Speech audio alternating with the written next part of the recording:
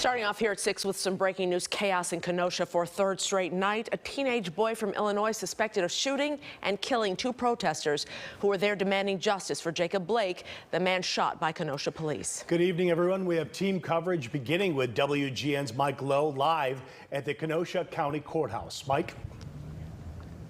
Patrick and Micah, good evening to you both once again. You can see behind me there is a crowd of protesters. They have come once again to the Kenosha County Courthouse because this building has come to exemplify the justice system that many of them say is not working. Though tonight, the prosecutor here in Kenosha County is bringing charges, or is expected to bring charges, against a teenager from northern Illinois who allegedly shot demonstrators in the street last night.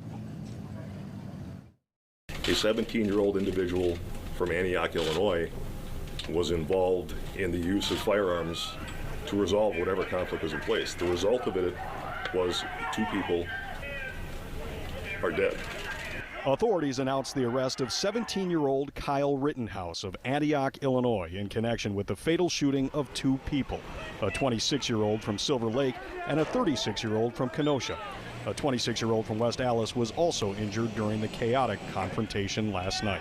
And once they got to this parking lot, of course, they went to the cars that was over there, started knocking out windows. They lit one car on fire over there. Jalen Goodlow is a security guard at the hospital across the street, and he says he took cover behind his car. The moment I got behind my vehicle, that's when shots were fired. It was 11:45, nearly 4 hours after the citywide curfew had taken effect. This video shows a young man sitting in the middle of the street, aiming a long gun at people who were running down the street. He gets up and walks away as gunfire rings out and walks right past nearby officers. In situations that are high stress, you have such an incredible tunnel vision.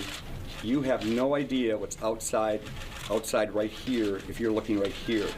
Law enforcement went to help the shooting victims. Members of a group calling themselves the Kenosha Guard had pledged to protect the city. Somebody approached somebody with a gun and shots were fired.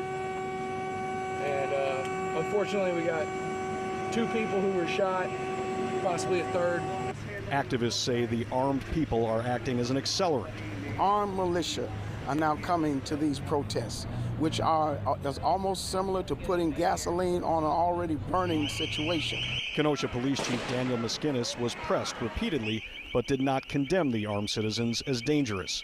Across this nation, there have been armed civilians who have come out to exercise their constitutional right and to potentially protect property.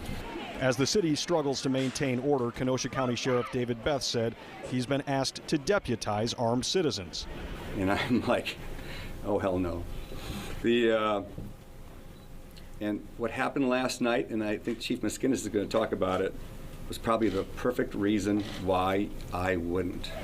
Meantime, the mayor is calling for calm after days of rage. We need to make sure that we help create or stop this divide and this anger that is going on in this country, and that only begins with each one of us willing to honestly talk with each other.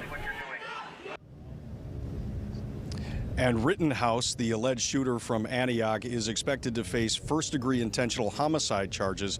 Those charges, we are told, could be announced within the hour by prosecutors here in Kenosha.